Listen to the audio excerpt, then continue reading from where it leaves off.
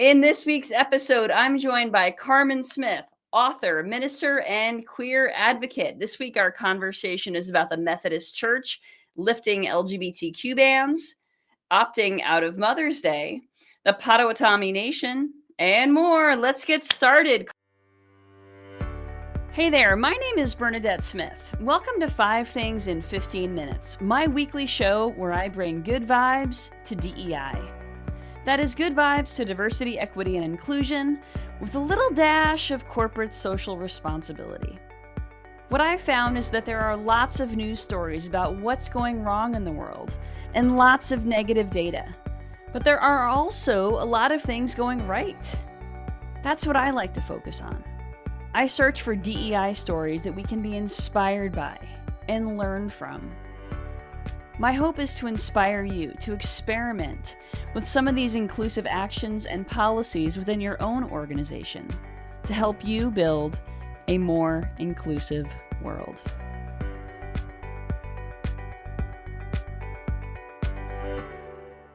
Karmen, thank you so much and welcome to the show.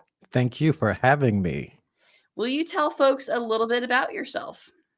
Sure. I am Karmen Michael Smith. I'm an author of a book called Holy Queer, The Coming Out of Christ, which is a treatise and part memoir on inclusivity within the church, which is such a great topic this week. Yeah. I'm also an advocate for representation for women and LGBTQ plus and marginalized communities. And I'm also a theologian and minister and work in the DEI space. I love it. Can you talk a little bit about your book? Tell us a little bit about sort of the thesis behind your book and some of the stories that you share. So I really lay myself bare to put flesh on the experience of the LGBTQ plus faithful community. We are often a community that is talked about, but that's not the same as being talked to. Mhm. So I wanted to do something revolutionary, which was to start a conversation, apparently, because I see a lot of people talking about the Q plus community and saying that we're this and we're this in the church. And I grew up in the church and I loved church, but it was a space where it's like, yeah, but you're not really included, but you're, or as I say in the book, that you are not necessarily useful, but you can be used. And so you get used a lot for your creativity or the choir or in this ministry. But I wanted to really bring what that experience does to a young boy and also to a grown man and say, I am a part of your community. I am your brother and sister in Christ, and I want to be in community with you. So not necessarily please include me, but I'm here. I am included. And so, yeah, let's have a conversation. I love that. And actually just hearing you talk about it has made me think of this podcast called Second Sunday, which is on The Cube, which is a queer LGBT queer Black podcasting app or system run by Anna Deshawn Rainey. And that podcast is about Black queer people finding, keeping, and sometimes losing faith. So I will make sure I put that in the show notes and share it with you as well. I've listened to a couple of episodes and it's really moving. Yeah, I would love it. Yeah, maybe I can hook you up to be a guest on that show as well. There we go. It's all about connections, right? About connections. So Karmen, you do DEI professionally in addition to your work as a minister and a queer advocate. Can you talk a little bit about your professional work in the DEI space? Yes, I would say I stumbled into this work about 3 years ago. And what I tell people all the time, because they were like, wait, you're a minister that was doing nonprofit work, and then you happen into DEI. And I say, for anyone who's ever been at a storefront church, that is DEI. You have many different factions. You have the seniors, you have the young people who want to do this, you have the stalwarts who've like, this is how we've always done it. You have the leader who is the lead, but also isn't the person who has all the influence. And so sometimes you need to go to other people who are not the leaders to get the thing done that you need to get done and to get buy-in. And you've always got those people who are just like, I'm not doing it because we've never done it that way. And we've done this way since I was So this was the groundwork, the foundation for being able to do this very human work. People think that it's checking boxes and doing surveys and doing a training. DEI is about the inclusion, recognition, and acceptance of everyone in the workplace, in the organization. Because when people don't feel included, they quiet quit, and there's all the data about how that affects the bottom line. So, DEI Mhm. really is about a very human. I'm right next to you. We should probably talk. I should probably know what your strengths are so that I can like utilize them in the best way possible. And then you know what I can do. It's very human practice, but people try to make it very difficult. So my job is to bring the participation and the very human element back to the workplace and DEI as a whole. I love that. I think it's a beautiful mission, and I couldn't agree more. In fact, it's a bit about what I wrote about in this week's 5 Things newsletter. I wrote about what I called the belonging buzzword, Mm, I'm going to do a DEI double feature about it on Wednesday with Michelle Silverthorne. But mm, ultimately, we keep hearing this word about this belonging buzzword. And, it's sort of one of the ways that DEI has been rebranded lately. The softer yes. side of DEI is belonging, right?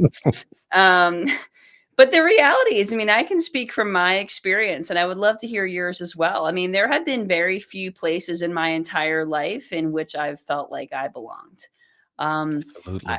I think that part of it is being queer. I think part of it is being an entrepreneur. I think part of it is just how I'm wired. Being the youngest child, whatever. There's like a million reasons, right? We Right. all have our thing. Um, but I just think that there's a wisdom in not having that sense of belonging, right? There are lessons from that I Oh, can yeah. bring to this work. And I would love to hear a little bit about, kind of the wisdom that you've received from the times that you might not have belonged. Well, I think one that's what makes um and I'll make a generalization here, but that's what makes queer people so great in these positions. We have not belonged historically to these spaces that we've grown up in, schools, churches, organizations. Like we have not belonged. We've always been the anomaly. And so, um, in the last interview with James Baldwin, the interviewer talks about, and I write about this, that at the intersection for him of being Black, male, and queer, um, can be a redemptive self awareness or a redemptive quality, a redemptive knowing of self and awareness of the other that you wouldn't get anywhere else. And Mm, it's like, yeah, that's it. Because you're always on the outside. You're always at this crossroads. You're never enough of this, but too much of this in every space that you are able to open up your heart space to get to find who you are. Therefore, as I say, heal people, then you look at the other with this same sort of like, you're finding your space. And I know what that's like. And so it's easier for me to facilitate a space of belonging, not to make anyone belong, because I think that that's just a really hard thing to do. Like everybody doesn't belong everywhere. I'm not going to be like, oh no, this is just, this heavenly place. And when we all get to heaven, it's going to be great. No, but no. what it does is that even in those solitary times, it can teach you, if you allow it, this awareness of self. I know better who I am, not just because I fit into spaces, but a lot of times the spaces I didn't fit into taught me the most.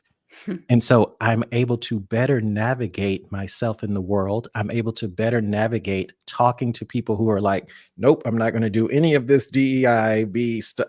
Hmm. I'm able to better understand that because I also know that I don't fit in every place and never have. Yeah, I feel myself getting goosebumps hearing you speak, and I can tell why you're a minister. But I'll just say that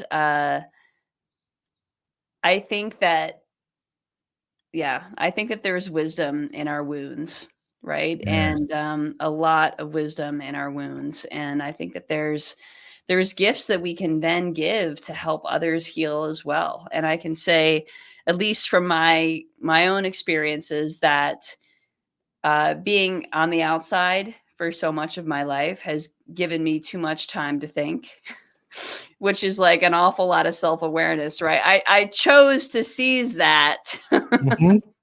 to turn that into lots of Yes. self-awareness.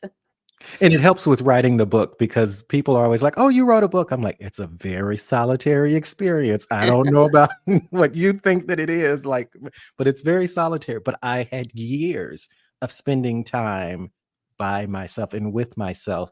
And so the thinking and the cultivation of the perspectives I have, even on the religious texts, are people like, you have these different takes on what the scriptures are saying. I've had a lot of time to think.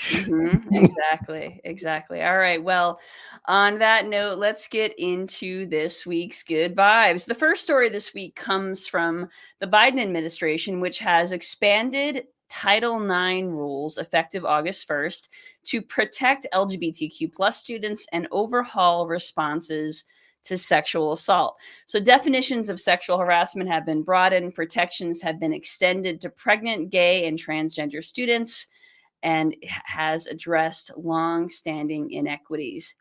And it could be a violation of these rules if there is consistent misgendering.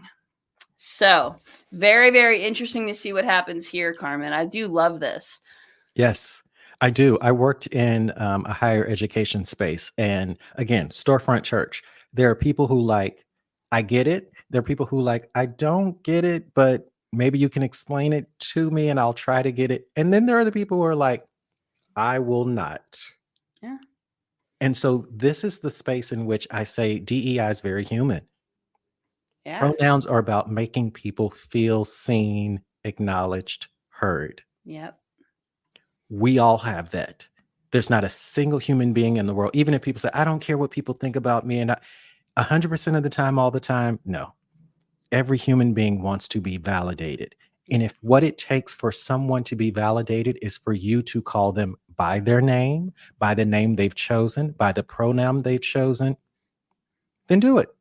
That just isn't that hard. And so I think that this is great because institutions, as we see, have been very on the fence of, yeah, we're doing this work, but we don't want to make anyone feel uncomfortable. And this administration basically says, this is who we are as a nation. That's right. And I believe that. I love that. I think that's a really beautiful way to sum it up. Okay, the second story this week comes from here in Illinois, where I live, where the prairie band Potawatomi Nation has reclaimed a portion of its ancestral land after 175 years. So it's the state's first federally recognized tribal land. Now, this decision came from the U.S. Department of the Interior, which grants sovereignty over portions of this land to the tribe, acknowledging the injustice of the U.S. government illegally auctioning off almost 1,300 acres of land 175 years ago. A little bit of justice. We have to take justice where we can get it. Yeah. But I believe that this is a beautiful story because for people who do justice work, people will be like, oh, this is why even 175 years ago, or this, no one's alive even from that time. But I'm like, there is a system at play here that that I don't think that we often acknowledge. And to be wronged, people complain that it's been so long. I would often say to people, tell me about that person in elementary school who did that thing to you. And they can automatically tell you what the thing was, because mine was Melissa Neal told me she couldn't be my girlfriend in the 3rd grade because I was too fat. So I remembered that to this day. But we remember things from 20, 40, 50 years ago, and they still wound us. So if there can be any justice, any sort of healing that can take place, I'm all for it. Yep, absolutely. And Arthur wouldn't move on the bus, so I couldn't share his seat. And I bit him, so apparently I wounded him too. That was kindergarten. but we remember. We remember. Yeah. Yes, we sure do. All right. The third story this week comes from the John Lewis Partnership, the UK's largest employee owned business with 83,000 partners. It's publishing its interview questions online, even for executive positions. And this aims to alleviate job seekers' anxiety and to ensure fair assessments, to increase diversity, reduce biases. I love it. It gives people a fair shot. Absolutely. As I say, inclusivity is key, whether it's in the church, whether it's in the workplace. Not everyone is rapid fire. Hmm. Not every job requires that. And even when I'm giving talks or trainings, I like to give extra space. And actually, one of my other alums from Union told me this, Naomi Jewel. She was like, you have to give introverts time. Hmm.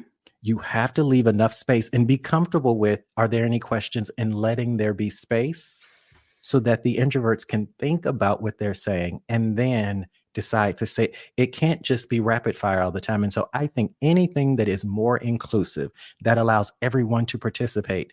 And don't you want to hire for the job? So what's the gotcha? Like, I'm going to, get this question and now I got you. Give people time to prepare so that they can properly answer you. Exactly. And also, like, this is something every single company can do. Every single organization can do this. So if you're ever listening to this show or reading Five Things and you're like, yeah, our company would never do that. This is like so easy to do. So take And it this saves as you. exactly, If exactly. you are the person hiring, I've sat on those panels, and sometimes those answers go on forever because they're trying to make it up in their head. And this doesn't give anyone an advantage, I promise you, because the people who are going to answer in ways that are not so I don't know the word I'm thinking of, but people who are going to answer in an off-color way are still going to answer in an off-color way, I promise you. So no one's Absolutely. getting an advantage. Absolutely. All right. The fourth story this week comes from the United Methodist Church, which voted to lift bans on LGBTQ plus clergy and same sex weddings. So this is a pretty big deal because the church has been divided in recent years. Lots of contentious debates, and there are actually some regions in the world that can opt out of these rules. So I guess it's sort of a split victory, but have to celebrate this. This is really huge. Yes, absolutely. I mean, the thing about LGBTQ and the faith is my wheelhouse. It's what I talk about and workshop and all of that. And it is a really personal thing for a lot of people. And there's so many things from like, okay, well, I grew up and me, ma, and papa said that this is what it was supposed to be. And who wants to go against them and say that they were wrong? But this is also what I've known and what I've held on to. But it's also excluding your brother and sister in Christ or the person you're going to church with. So anything that brings more people together. I'm not going to say it has to be this denomination or this thing, but if it's Mhm. bringing people together, I'm all for it. I celebrate it. Ring the bell. It's a win, win, win. That's right. It's such a huge win. And I have a very good friend from college who is a Methodist minister, and she's going to join the show in the next, I don't know, sometime soon to talk about this as well. It's such a huge victory. Yes. All right. And the last story this week comes from ButcherBox, which is just one of an increasing number of companies offering folks on its mailing list the ability to opt out of Mother's Day promotions because it can be a very emotional time of year for folks, day of the year for folks. I know it is for me. And so it allows folks to not get those kinds of promotional emails. And I lost my mom. I have a lot of grief around that day. So a lot of many conflicted feelings. So I love this. This is an option. This actually touched me when I saw it. I wanted to weep a little bit because I Mhm. thought, yes, we hold mothers in such high regard here in this country, and mothers deserve all of the accolades and day and celebration and stuff that they get, but not every mom is your mom, and not Mhm. everyone's mom is here. And I don't, it's not to take away from you, which is what some people are like, well, it takes away from Mother's Day. No, your children can celebrate you. You can celebrate your mom, but it also includes those whose, me and my sister were talking about this weekend. What if your mom was a drug addict when you were Yes. growing up? You don't read these cards at the store and go, you were the best mom ever, and you were. And so this actually includes everyone's experience. And so people can celebrate in different ways or not. And I think that that is the thing, is that we're looking more communal instead of individual. Which isn't that the goal of existence? Isn't that the goal? I got to remind myself of that every single day. Yeah. I mean, but it helps us get to a point where if we are seeing and validating other people, they also feel empowered to see and validate other people. And that is the beloved community that Dr. Martin Luther King talked about. So I think the more inclusion, the more validation we can do to people, even if it's just smiling at someone on the street, like, let's just do it. I love it, Karmen. What a gentle soul you are. Thank you so Thank much you. for joining me today. How can folks get in touch with you? You can find me on my Instagram at Karmenstagram, KarmenStagram, Karmenstagram, stole that from Prince. And my website, KarmenMichael.com, Karmen with a K. Awesome. We'll make sure that goes in the show notes. Thank you. This week's call to action is also about belonging. My friend Rhodes Perry, who wrote the book Imagine Belonging, is hosting the Belonging Circle, a gathering for inclusive leaders, visionaries, and changemakers on June 6th. You can learn more and register at the link I posted, and you can make sure that will go in the show notes as well. Folks, if you don't already get the 5 Things newsletter, you can subscribe at 5thingsdei.com. Thank you so much, Karmen. It has been an absolute pleasure. Have a great week. Thank you. You too. All right. Take care. Bye. Thank you for listening to 5 Things in 15 Minutes. I hope you found yourself inspired by at least one of this week's stories. If you did, would you mind sharing it with a colleague and leaving us a review on your favorite podcasting platform? And if you don't already get my 5 Things newsletter, join at 5thingsdei.com. I'm Bernadette Smith, and I'll see you next week right here for 5 Things in 15 Minutes, bringing good vibes to DEI.